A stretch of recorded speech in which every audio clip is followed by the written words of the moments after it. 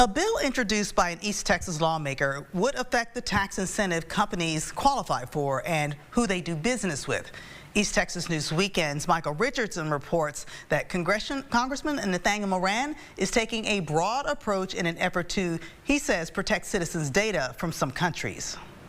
We're using this really as an opportunity to smoke out those companies that are using this technology, but then also benefiting from our tax code. Congressman Nathaniel Moran wants to sever ties with foreign adversary-controlled technology, that which comes from countries such as China and Iran.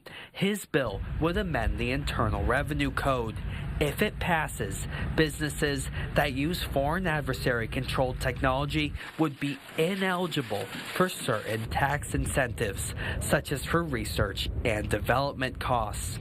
Moran says the bill is an expansion of the TikTok approach, an app that has drawn security concerns. We need to take away the tax incentives for those companies that are using the tax code to then build their businesses, gather this information, this private data of Americans, give the access of that information to the CCP and other entities, other foreign entities of concern. Smith County Democratic Party Chair Cam Ray says data protection is a significant issue, but questions the bill's necessity. If you look at the case with Doge, of all of the U.S. citizens' data that's been taken by U.S. citizens and has been provided to private corporations, that's a huge concern. So why are we not dealing more with that? Another reason to bring the bill forward, Moran adds, is to create technology in the United States. We want to return that design, that development, that manufacturing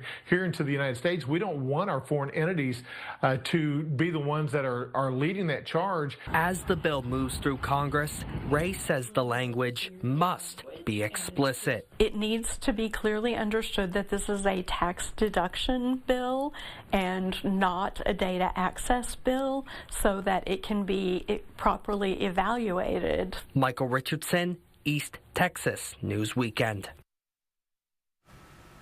The Deterring Adversarial Access to Americans Data Act has been referred to the House Committee on Ways and Means.